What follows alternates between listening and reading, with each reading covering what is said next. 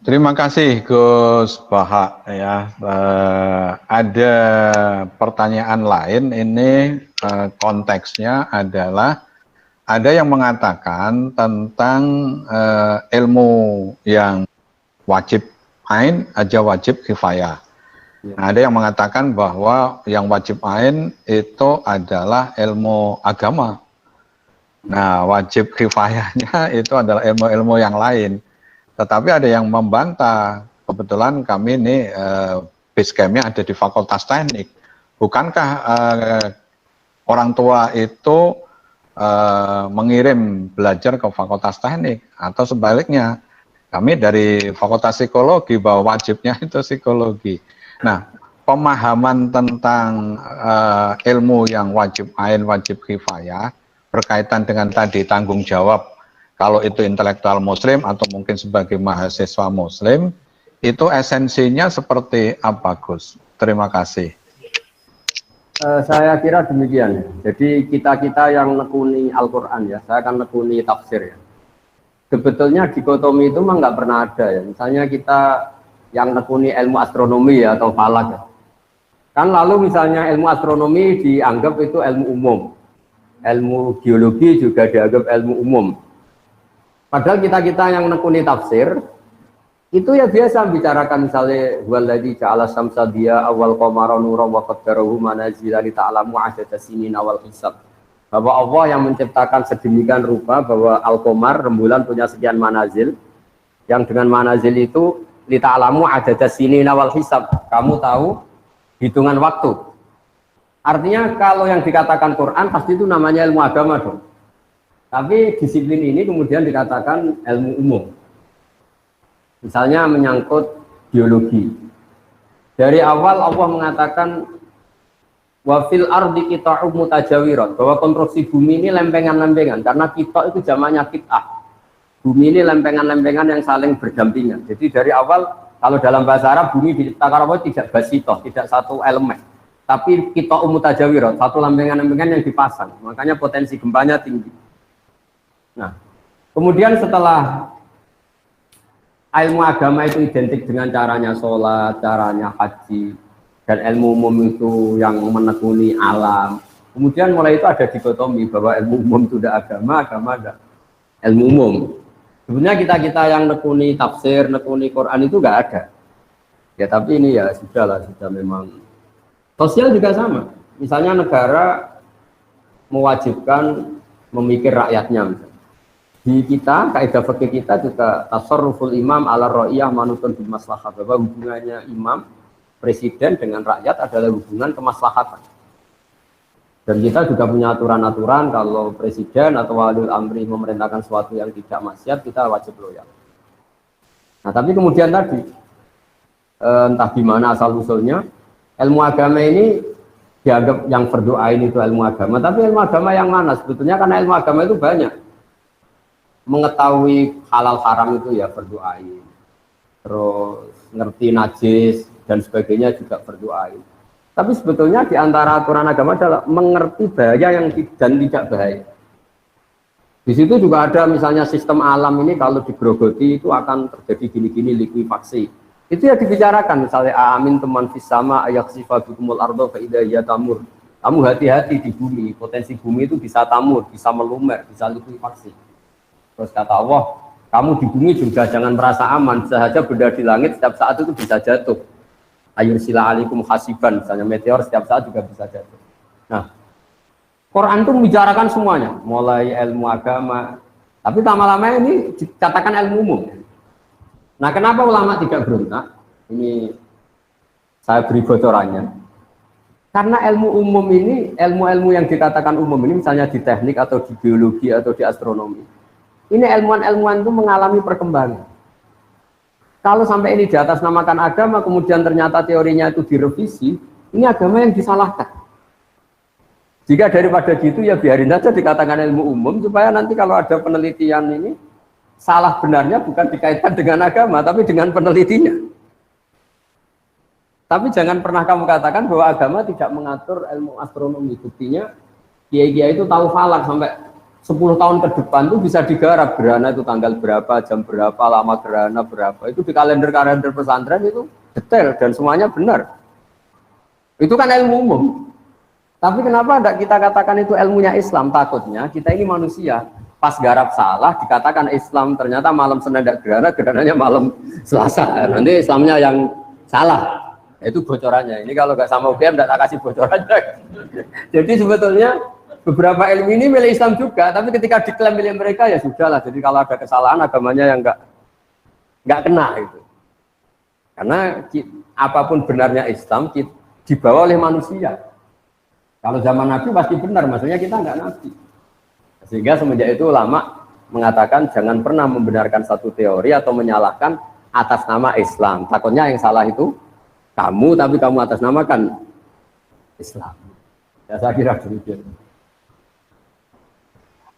Oke, ada pertanyaan terakhir ini, Ustadz, karena nampaknya Gus Bahak juga harus ada kegiatan yang lain. Ini berkaitan dengan masalah tauhid yang absolut tadi, kemudian beliau bertanya dikaitkan dengan pemahaman kafir yang di suatu saat itu pernah menjadi rame itu loh. Jadi esensinya sebenarnya seperti apa sih definisi atau hal yang terkait dengan kafir yang kemudian dikaitkan dengan surat Ya Ayyuhal Kafirun. Saya kira ini pertanyaan yang terakhir karena Gus Bahak ada kegiatan yang lain. Terima kasih Gus.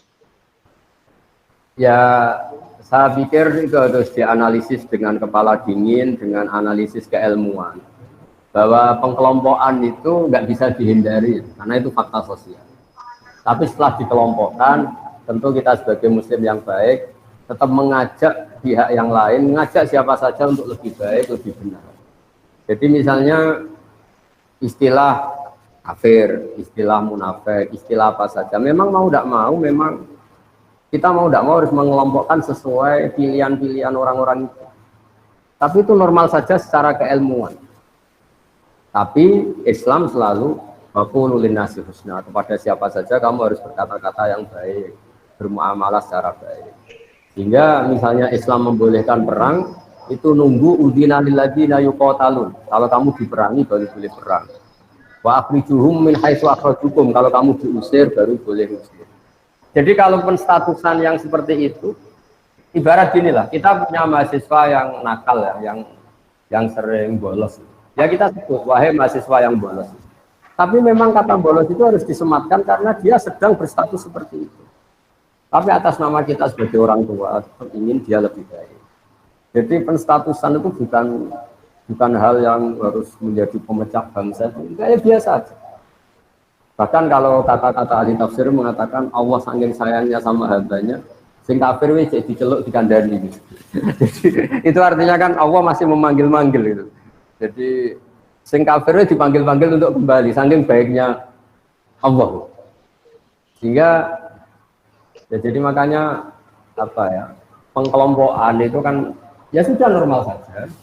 Artinya memang pilihan mereka beda ya, penamaannya juga beda, statusnya beda. Tapi itu tidak perlu menjadi alat konflik. Kita niru piagam Madinah, niru Sulhul Hudaybiyah bahwa dakwah ya bil hikmati wal mau'izatil hasanah. Karena la ikraha fiddin, agama ini tidak perlu dipaksakan, tetap bayana rusdu minal ghoi. Yang benar pasti ya sudah kelihatan benar, yang salah kelihatan salah. Saya kira demikian, mohon maaf atas semua. Assalamualaikum warahmatullahi wabarakatuh. Waalaikumsalam warahmatullahi wabarakatuh. Terima kasih kepada Gus Bahak. Pada kesempatan ini sekali lagi kami dari Universitas Gadjah Mada, khususnya Forum Pengajian Gadjah Mada, mengucapkan terima kasih kepada Gus Bahak beserta keluarga besar Pesantren Tahfidzul Quran LP3IA Rembang, dan juga mungkin yang hadir ada di situ. Sekali lagi Ketua Kagama Rembang, Telkom Rembang, Telkom Jogja, dan juga seluruh yang ikut kegiatan ini. Mudah-mudahan ini memberikan satu semangat di era yang sekarang ini ya, saling tadi berkaitan dengan dimensi-dimensi keagamaan dan juga dimensi-dimensi yang terkait dengan keberadaan wabah ini. Mungkin dimohon Gus Paha untuk bisa menutup dengan doa agar kemudian keberkahan senantiasa berada, termasuk berada kita-kita semua, termasuk juga bagaimana UGM mampu memberikan pencerahan dari UGM untuk Indonesia, dari UGM untuk dunia. Silakan Gus. Bismillahirrahmanirrahim. Nahmaduka ya Rasul ya syadurna wa sallim ala sayyidina Muhammad wa alihi wa barik wasallam asma'in. Allahumma ja'alna ya Allah hadina mahdiyin muhtadin ghairu dhalina wa la mudillin.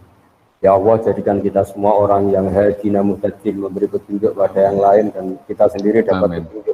Ghairu dhalina wa la mudillin, tidak orang yang menyesatkan dan kemudian menyesatkan orang lain. Allahumma ya wa irham mata habibika Muhammad wa aslim mata habibika Muhammad wa tajawaz an mata habibika Muhammad. Allahumma ya ilahana ya Allah, ihdinas siratal mustaqim siratal ladzina an'amta 'alaihim ghairil maghdubi 'alaihim waladdallin. Amin. Nas'aluka bi anna lakal hamda la ilaha illa anta al-hanan al-mannan ya badi'as samawati wal ardi ya hayyu ya qayyum ya dzal jalali wal ikram. Antar syukona ya Allah husnat da'wati ilaika wa husnat tadbiri fi ayat ya Allah. Wa antuqimana fi Indonesia salimin ghanimin mu'afin min kulli bala'in dunya wal akhirah wa sallim al muslimin. Rabbana atina fid dunya hasanah wa fil akhirati hasanah. Sallallahu alaihi wasallam Muhammad sallallahu alaihi wasallam. Subhana rabbika rabbil izzati amma yasifun. Alhamdulillahi rabbil alamin. Sirrul Fatihah. A'udzu billahi minasyaitonir rajim. Bismillahirrahmanirrahim. Ya kana waladdallin. Amin. Dengan berakhirnya doa tadi, maka berakhir pula forum pengajian Gajah Mada bersama dengan Gus Paha. Saya yang menghantarkan kegiatan ini, mohon maaf apabila ada hal-hal yang tidak berkenan, ada hal-hal yang kurang. Mari kita tutup dengan doa kafaratul majlis. Subhanakallahumma wa bihamdika asyhadu an la ilaha illa anta astaghfiruka wa atubu ilaik. Assalamualaikum warahmatullahi wabarakatuh. Waalaikumsalam warahmatullahi wabarakatuh.